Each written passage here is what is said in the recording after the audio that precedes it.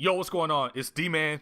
Welcome to my UFC 3 basic tutorial. Today we'll be talking about defending yourself while you're engaging in the stand-up. UFC 3 is completely different from UFC 2, mainly because there are no parries in UFC 3. So a few people feel like there isn't a real way to defend themselves, but I'm here to tell you that there is, and you might be able to defend yourself better than UFC 2. On UFC 3, defense leads to offense, and we'll talk about that in the video. So sit back, relax, let's go ahead and get into it. So of course, your first line of defense is blocking. Blocking is a little bit different on UFC 3. You block high with R2 on PlayStation 4, and if you're on Xbox One, you block high with RT. Now, depending on what strike is landed, you may be able to protect yourself from all the damage, or it may allow a small percent of bleed through. Either way, it's definitely better than taking a full-on head kick to the face. Wow, landed a gigantic kick for the knockout. Now let's talk about defending the body. A lot of people on UFC games love to go to the body, especially when you block high too much. So how do you defend the body? On PlayStation 4, R2 and L2 to defend low, and on Xbox One, RT and LT.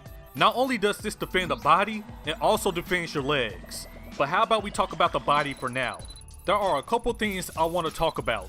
Now, pressing both triggers will of course block body punches, but let's talk about roundhouse kicks to the bodies.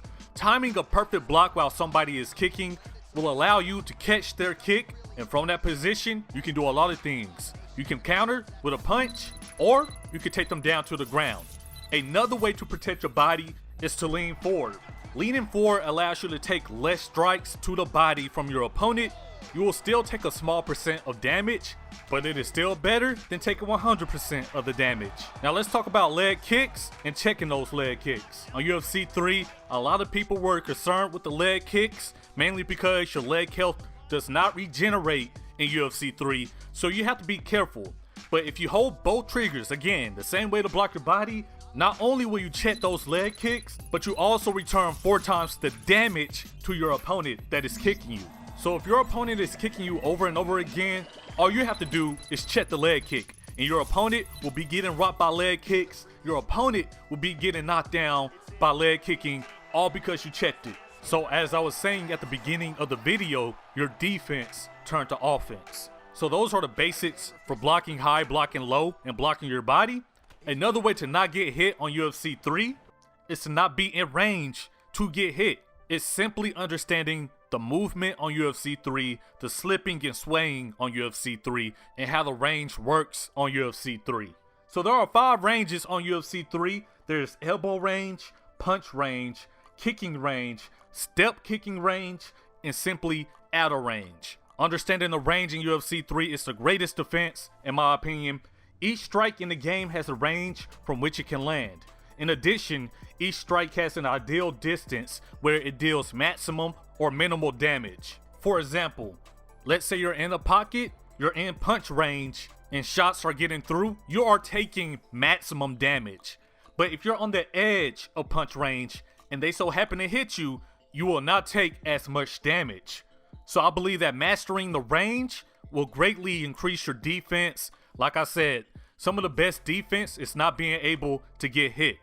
And that leads me into my next topic about head movement and slipping. Like everything else in the stand-up, slipping has undergone a complete overhaul for EA Sports UFC 3.